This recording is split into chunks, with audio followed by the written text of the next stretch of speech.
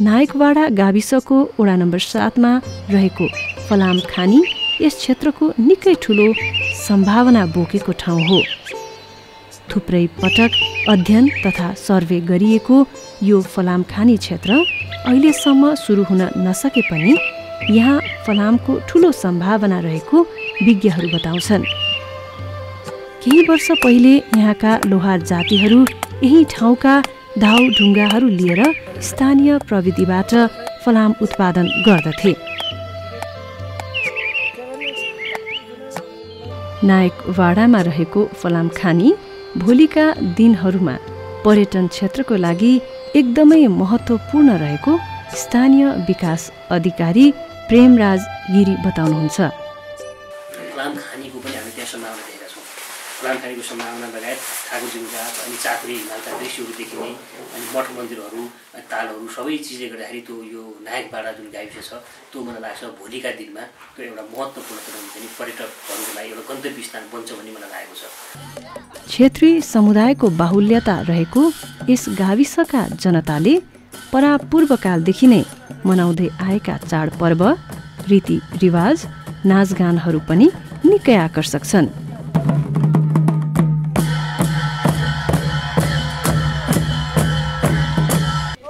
जिरी र मैना गाउँमा देखाइने देउडा नाच र अन्य सबै गाउँमा नाचिने सिङ्गारू नाच, खाँडो, पैसेरू, ख्याली नाचहरू, पञ्चेबाजा नाच आदि बेला बेलामा मनाइने चाडपर्व र मेला जात्रामा देखाइने गरिन्छन्।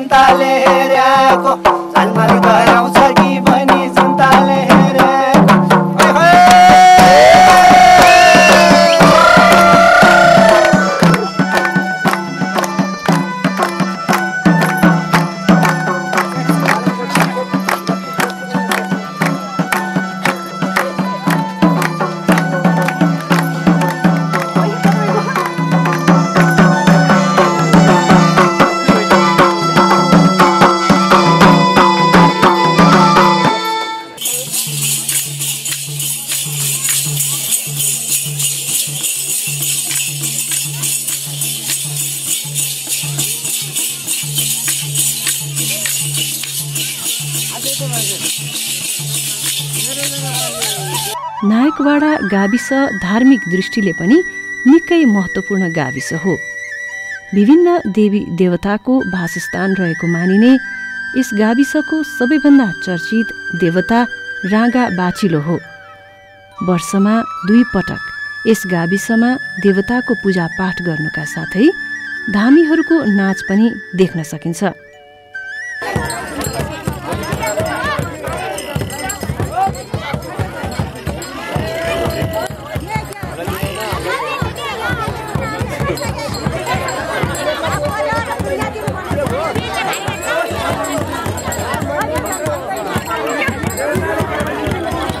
मैना गाउँमा देखाइने राँगा बाचिलो देवताको प्रमुख थान भने राँगा चौरमा रहेको स्थानीय जनता बताउँछन्।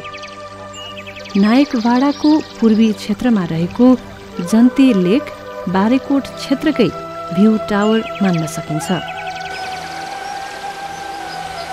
बारेकोट क्षेत्र पुरै देख्न सकिने यस स्थानबाट जाजरकोट, रुकुम र सल्यान जिल्लाका थुप्रै गाउँहरूको पनि अवलोकन गर्न सकिन्छ।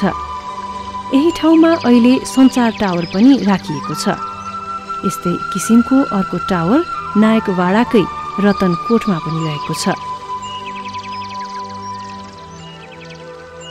बारेकोटको निकै उचाइ र जङ्गलका बीचमा रहेका यी टावरहरूले बारेकोट क्षेत्रभरिका सञ्चार सम्बन्धलाई विस्तार गरिरहेका छन्।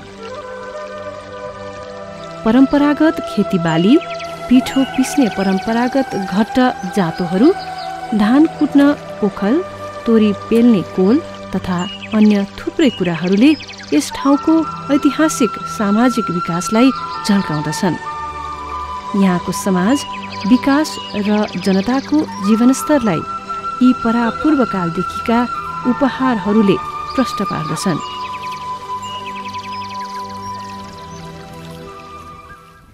प्राय यहाँका जनताहरू भेडाको ऊनबाट तयार गरिएका लुगा, राडी पाखी, लिउ फेरुवा प्रयोग गर्ने यस क्षेत्रका जनताको प्रमुख खाना भने मकैको रोटी र सिस्नोको साग हो। त्यसका साथै रातो चामलको भात, पिँडालुको गावा, फापर र कोदो रोटी पनि यस क्षेत्रका अन्य परिकार हुन्।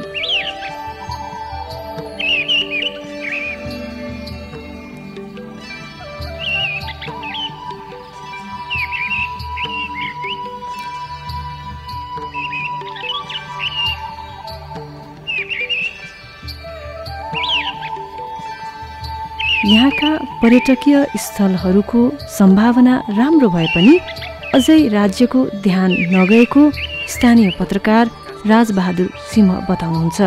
गाविसको पर्यटन विकासको लागि जो युवाहरूले जो सुरुवात गर्नुभएको छ, यो डकुमेन्ट्री निकालेर त्यहाँको कला संस्कृति, धर्म, पर्यटन स्थल, जल जमिन जडीबुटी यसको प्रचार प्रसार गरेर त्यहाँको आर्थिक विकास गरी त्यहाँका जनताको समृद्धिको लागि जुन प्रयास भएको छ यो स्वागत योग्य छ र यसलाई अझ थप प्रचार प्रसार गर्नका लागि सम्पूर्ण जिल्लावासीहरू, राजनीतिक दल लगायत सञ्चारकर्मीहरूको महत्त्वपूर्ण भूमिका रहन्छ।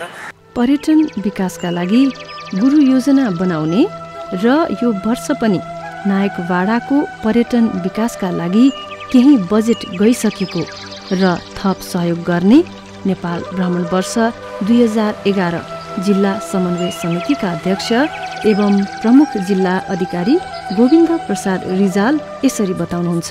जाजरकोट जिल्ला स्थित नायकपाडा गाविसको पर्यटकीय क्षेत्रहरूको पहिचान गरी पर्यटकीय सम्भाव्यताको अध्ययन गर्ने र पर्यटन विकास गर्ने उद्देश्यले नेपाल पर्यटन वर्ष 2011 जिल्ला समन्वय समितिको पहलमा नायकपाडा गाउँ विकास समितिको सहयोगबाट हामीले साईकुमारी ठाकुरजीको गाथको पर्यटकीय सम्भावनाको चाहिँ अध्ययन गर्ने, त्यसको प्रचार प्रसार गर्ने कामको चाहिँ सुरुवात गरेका छौँ।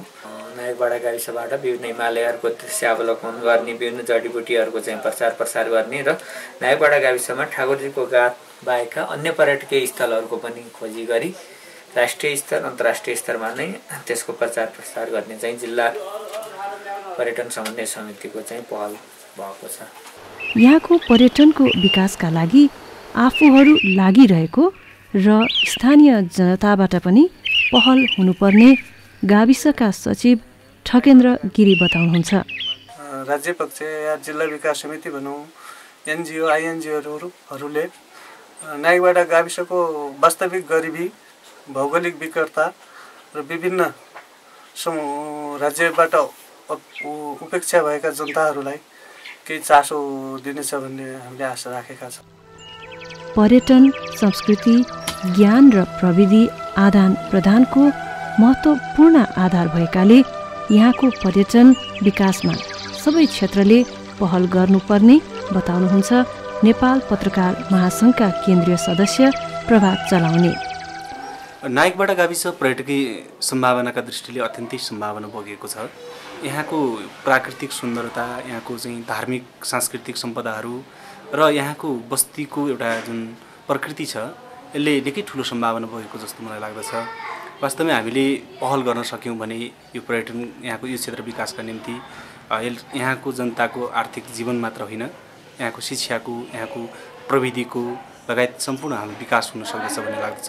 यसका लागि राज्यले पनि त्यत्तिकै ध्यान दिन जरुरी छ र यहाँका समग्र जनताहरूले पनि आफ्नो क्षेत्रको विकासका निम्ति, यहाँको पूर्वाधार, पर्यटनको पूर्वाधार विकासका निम्ति पनि लाग्न जरुरी छ जस्तो मलाई लाग्दछ। हामीले हाम्रो क्षेत्रलाई एउटा लगानी गरेर विकास गर्न सक्यौँ भने हामी सबै चाहिँ यो क्षेत्र मलाई लाग्दछ साँच्चीकै प्रकृतिले निर्माण गरेको एउटा स्वर्ग जस्तै छ जस्तो मलाई लाग्छ।